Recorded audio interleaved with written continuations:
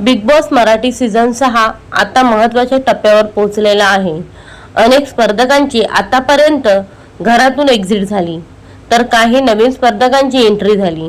गेल्या आठवड्यात शनिवारी स्पर्धक रुचिता जामदारने बिग बॉस मराठीच्या घराचा निरोप घेतला। त्यानंतर घराबाहेर आल्यानंतर आता रुचितानं बिग बॉस मधील तिच्या प्रवासाबद्दल प्रतिक्रिया दिली आहे। मूळची कोल्हापूरमधून असलेल्या रुचिताने यापूर्वी सुद्धा रोडीज या रियालिटी शो मध्ये सहभाग घेतला होता, परंतु तिला खऱ्या अर्थानं लोकप्रियता मिळाली ते बिग बॉस मराठीमुळेच। रुचिता सुरुवातीपासूनच आक्रमक होती। घरातील अनेक स्पर्धकांबरोबर तिचं वाद झाले। तिची बोलण्याची पद्धत, भाषा व राग याबद्दल घरातील इतर स्पर्धक अनेकदा तिला बोलत होते, तर भाऊच्या धक्क्यावर स्वतः रितेश देशमुखनेही तिला याबद्दल सांगितलं आहे। अशातच आता बिग बॉसच्या घरातून बाहेर आल्यानंतर तिने तिचा प्रवास, इतर स्पर्धक आणि घरातील तिच्या काही जवळच्या माणसांबद्दलही प्रतिक्रिया दिली आहे। यावेळी तिने काही स्पर्धकांबद्दल रागही व्यक्त केला आहे। रुचिता नेमकं काय म्हणाली याबद्दल सविस्तर जाणून घेऊयात। राज्यश्री मराठीशी संवाद साधताना रुचिता घराबाहेर आल्यानंतर एपिसोड पाहिलेत का?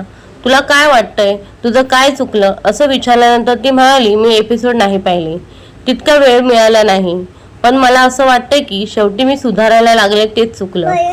कारण शेवटचे 2 आठवडे मी भांडण नाही केली, बोलण्यात थोडा बदल केला, पण तेच कुठेतरी लोकांना अचानक मोठा बदल झाल्यासारखा वाटला। मला तरी हेच कारण वाटलं की मी बाहेर आले यामागचं। रुचिताने पुढे तिच्या बोलण्याबद्दल आक्रमक पद्धतीने विचारल्यानंतर ती म्हणाली, ही खूप सामान्य भाषा आहे, गावाकडे असंच बोललं जातं।